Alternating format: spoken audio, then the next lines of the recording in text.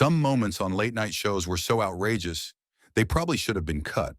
But they went live, unfiltered, and left the audience gasping. You are full of bullshit, my friend. I will sue you for everything you have. I will sue your ass.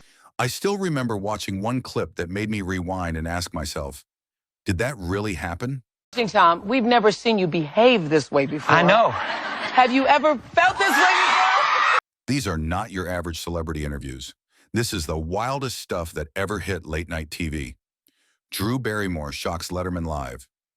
Drew sat calmly, then leaned in with a teasing smile and asked Letterman if he would like a dance. Her tone was playful, and the crowd quickly sensed something fun was about to happen. Would you like me to do a dance for you? The studio audience burst into loud cheers. Drew looked at them, smiled wider, then turned back to David with eyes full of mischief. Letterman looked both amused and surprised. What? Drew stood up, faced Paul Schaffer, and cheerfully asked for some music. Letterman leaned back slightly, unsure what she was about to do. Hi, Paul. Paul, Okay, give me some okay. lift. With the music playing, Drew danced her way up onto Letterman's desk. She showed off a tattoo on her back as the audience went wild. Give me some lift. Oh my God. Oh, While standing on the desk, Drew swayed with her arms raised. Her moves were light but bold, and Letterman looked stunned, not knowing what was next.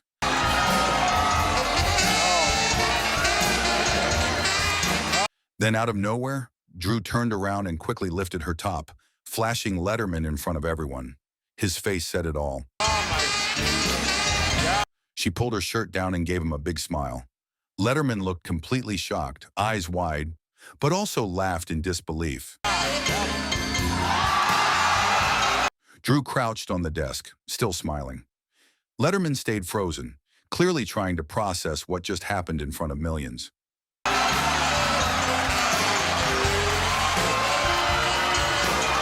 Farrah Fawcett talks about body paint and a hot water prank on Letterman. Farrah sits calmly, looking at David and explaining that she was not wearing clothes but instead had paint on her body for the shoot. So that's one that's more. David looks more curious now and starts pointing at one of the pictures, saying it could be covered up. Farrah nods and lightly gestures at the photo too. You could just cover that. right, sure. Cover the that. He then asks how long it took her to wash off the paint.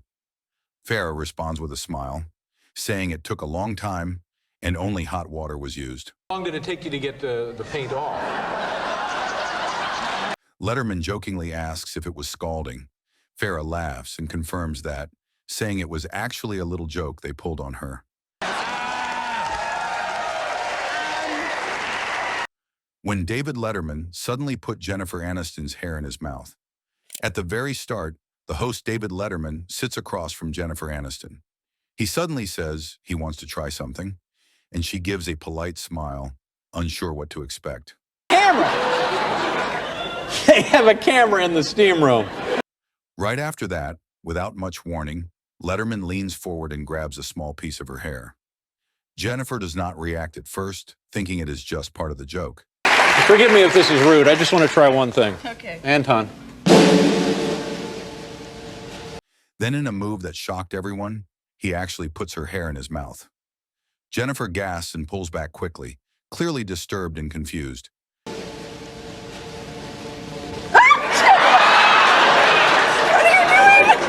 She tries to laugh, but the confusion is clear on her face. She asks him directly what he is doing, her eyes wide and voice shaking with a nervous laugh. What are you doing? Letterman keeps holding her hair for a moment longer, then slowly pulls it out of his mouth. Aniston looks like she wants to be polite, but her discomfort is obvious.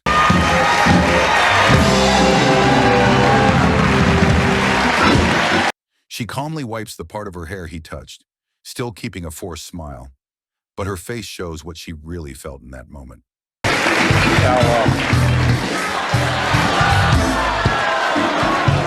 Mark Wahlberg takes over Graham Norton's show.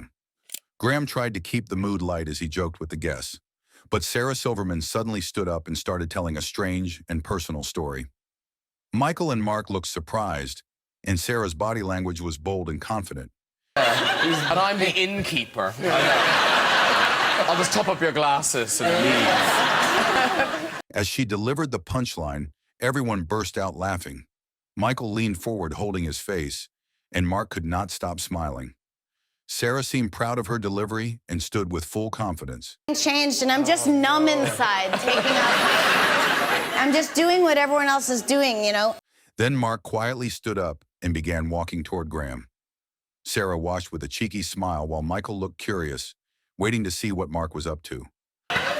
She steps right in my pea pajamas, and this is what... What followed made the whole room freeze for a second.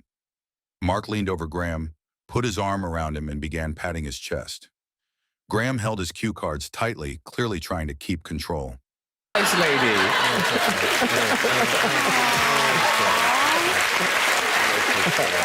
Mark got even closer, whispering something in Graham's ear, then kissed him on the cheek.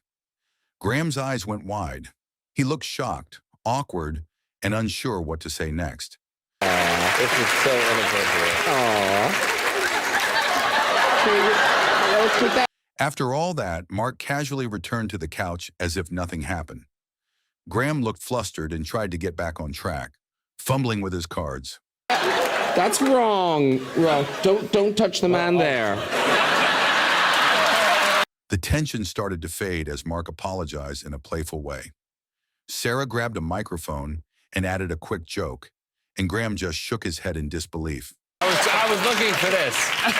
You had hit it for me, and I sorry. David Blaine's 2001 interview. At first, it seemed like just another trick from David Blaine. But as soon as he picked up that nail and calmly put it in his mouth, Jimmy Fallon knew something strange was about to happen.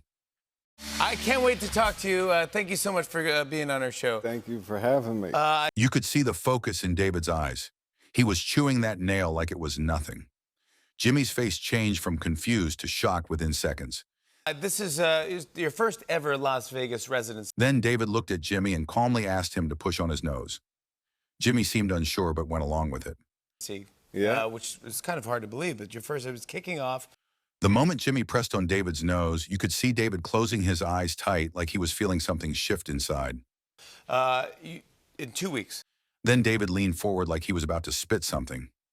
Jimmy looked worried and tried to stop him. You showed me some rehearsal footage back. Suddenly, David spat into a glass bowl, and it was not a nail. A small live frog splashed into the water. Jimmy's brain could not believe it. Stage. Then the wildest thing happened. Jimmy fell to his knees, completely speechless. He looked like he had seen real magic. Insane. I don't know how it's not even a magic show. It's a streaker shocks the Oscars stage. As David Niven was calmly presenting on stage, a man ran past him completely unclothed, making a peace sign. Niven turned, clearly shocked at first, then let out a light chuckle. And someone, quite likely... After turning back to the audience, Niven smiled as if he had seen everything in his life. But this topped it. He kept his cool while everyone was laughing loudly.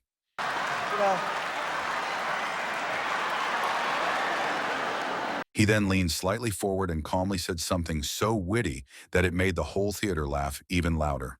His timing was perfect. Well, ladies and gentlemen, that was almost bound to happen.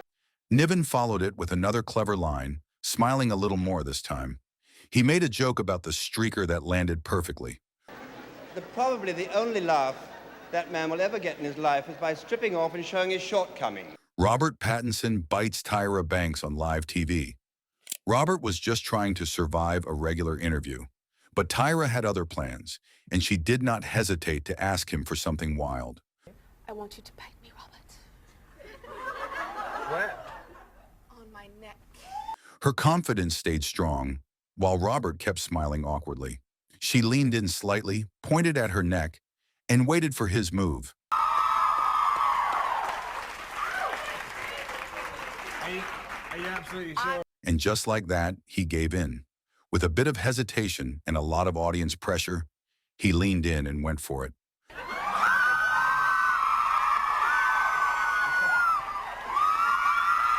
When comedy turned into chaos on Letterman's stage, It started calm, but then Andy stood up and threw water right at Jerry's face. What happened next shocked everyone. Pause here for station identification. Get the hose out here. As Andy hit the floor, the crowd gasped. Jerry stood above him, looking furious.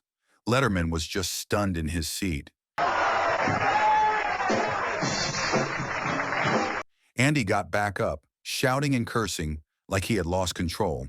He walked toward the desk, yelling insults at Jerry. I am sick and tired of this bullshit. Hi there. Hi there.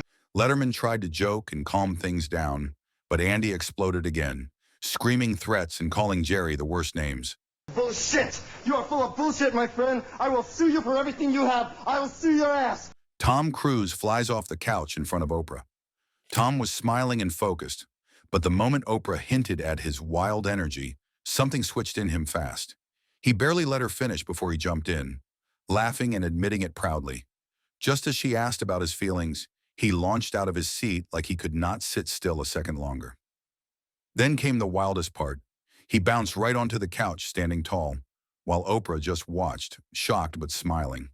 Tom, we've never seen you behave this way before. I know. Have you ever felt this way before? Crispin Glover almost kicks Letterman's head off. Crispin began getting loud about being strong. He flexed hard and leaned forward toward Letterman like he had something to prove. Weird, and I'm strong, you know? Then, almost pushing out of his chair, Crispin challenged him to an arm wrestle. But Letterman quickly shut that down. Oh, I'm strong. I can arm wrestle. Do you want to arm? Now standing tall, Glover got more intense. He talked about karate in his shoes like he was building to something. Wrestle. I've been taking, these. Then it happened. A full high kick with no warning. The shoe passed right by Letterman's face. Aren't mine. I can kick. Letterman had enough. He stood up fast and walked away as Glover followed for a second. Okay. I'm going to go check on the top 10.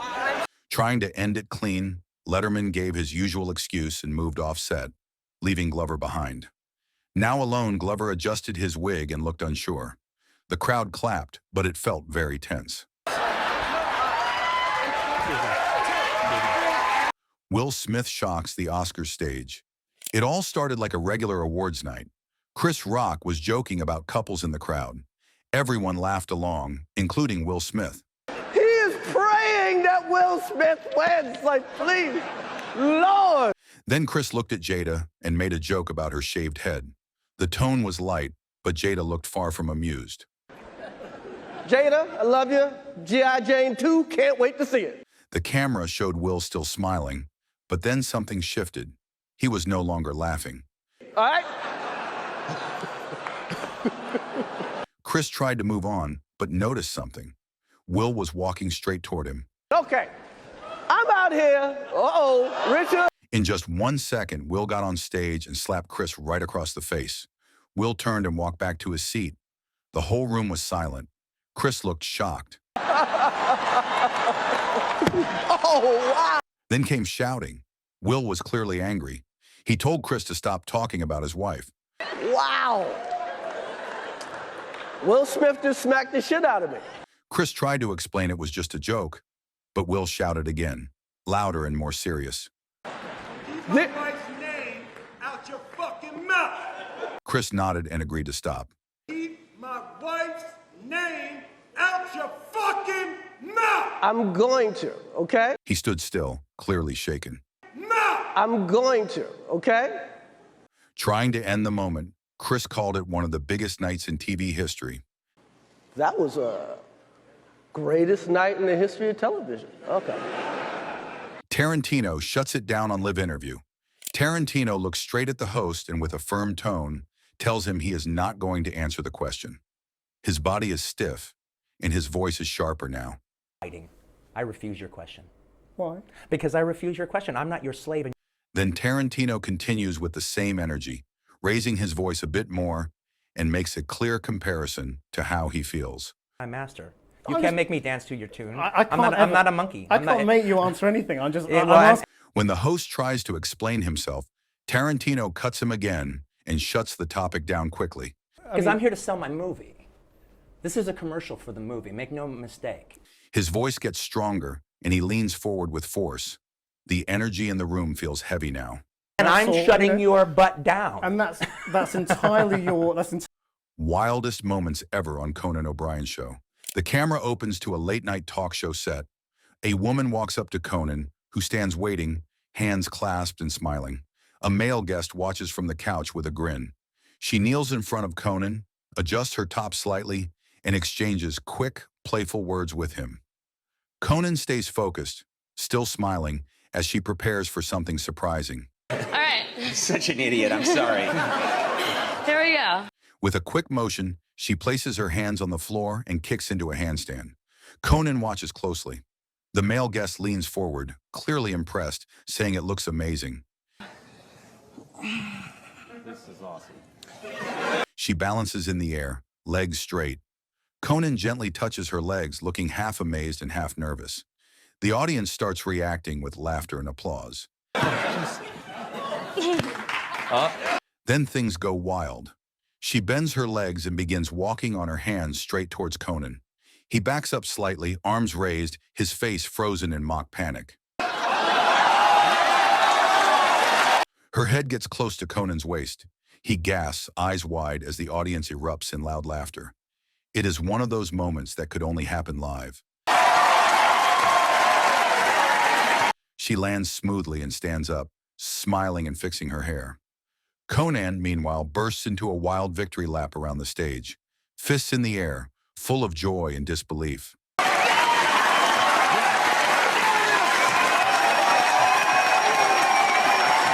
Wild napkin game turns into comedy chaos on Conan's show. Conan dropped the first napkin like he was already under pressure. Rebecca burst into laughter, and even the crowd felt it coming. Rebecca grabbed her napkin with a smirk, then turned to Conan and teased him while he pulled out his own, looking strangely serious for such a silly game. Just in case. Yeah. Then the moment arrived. Rebecca held the napkin on her mouth and leaned in close. Conan matched her move, both looking ridiculously focused. Never know. Okay, you ready? Yeah. They pulled it off. Napkin moved mouth to mouth like a magic trick. The audience erupted, cheering like a touchdown just happened. So, Good,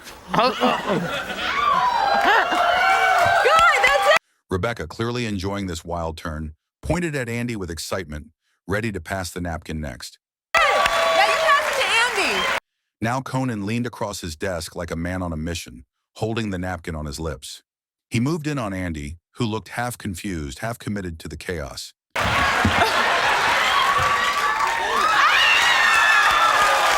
Andy managed to take it like a pro, holding the napkin like it was glued to his face. Rebecca clapped like this was a serious championship. Then Andy leaned over to Rebecca, still wearing that napkin mustache. The handoff was clean. The crowd loved it. Without missing a beat, Rebecca turned back to Conan. They leaned in again, just inches apart, and the napkin passed between them like a strange kiss on national TV.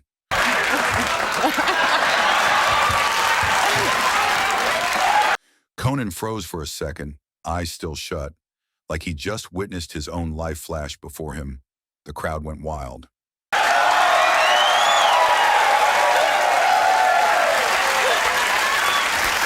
Jimmy Kimmel steps in during awkward Andy Dick moment. Ivanka Trump was calmly explaining her point when something about her tone changed. She hinted that the man beside her, Andy Dick, was doing something odd. You promised you would behave yourself. I know. Just seconds later, Andy leaned forward and made a strange comment while staring at Ivanka's legs. Kimmel noticed right away and told him to stop, sounding serious. I'm like trying to be very. You don't play up the glitter on your legs. Oh, you don't. Andy, don't please. Andy crossed the line and reached out to touch Ivanka's leg. She looked shocked and tried to laugh it off, but Kimmel was not laughing at all. Touch Ivanka. Oh wait, did I say I was single and then I had a boyfriend? Kimmel rushed to the couch and stood next to Ivanka, ready to block Andy. Andy raised his hands like he was confused while Ivanka tried to joke about the moment. Andy, please don't. Donald Trump will kill both of us. Kimmel turned to Andy and reminded him sharply what could happen if her father found out. It was half joke, half warning. Owen, get him by his feet. Flirty fireworks with Salma Hayek on Conan's couch. Conan leaned forward, his eyes playful, asking Salma about her love for Irish men. Her answer came with a sparkle and caught everyone by surprise. If this is a rumor or not, but I heard that you like Irish guys. Is that the case? And Richard Harris is... Then with a sudden burst of wit, she compared Irish passion to something closer to home, and Conan could hardly believe it. I love Irishmen. I have this thing for... What is it about Irishmen you like so much? As Conan recovered from laughing, Salma pointed her finger and caught him in his own joke. Conan played along like a man on a mission. Oh, they're very passionate. They're almost Mexican. Then came the bold question. Conan asked it straight, with a grin that said he already knew the answer. You're Irish, aren't you? Yeah, I'm as passionate as any Mexican guy. That's what I said. Yeah. Yes. He followed with a flirty growl that had everyone laughing, even Salma, who leaned back in her chair in amusement. You're single, right? Yeah, I'm Hello. Hello. How are you? Finally realizing he had gone all in, Conan backed off with a sheepish smile while the audience kept laughing. I'm sorry, I gotta stop doing that. Red carpet turns romantic with Andrew Garfield and Halle Bailey. On a busy red carpet full of cameras and noise, Andrew Garfield leaned toward Halle Bailey with a soft smile. It looked like something unexpected was about to happen. Suddenly, he placed his arms around her, and she did the same. The crowd sensed something big. Then it happened. Andrew kissed her right on the lips. People started shouting and cheering instantly. They pulled back but stayed in each other's arms, both smiling like it was pure joy. Andrew gave her one more soft kiss on the cheek while people nearby called it the best moment of the night. That was just a glimpse into how crazy late-night TV can get. If you enjoyed this, make sure to hit subscribe so you never miss the next round. Drop a comment below with your favorite wild moment or what you want us to cover next.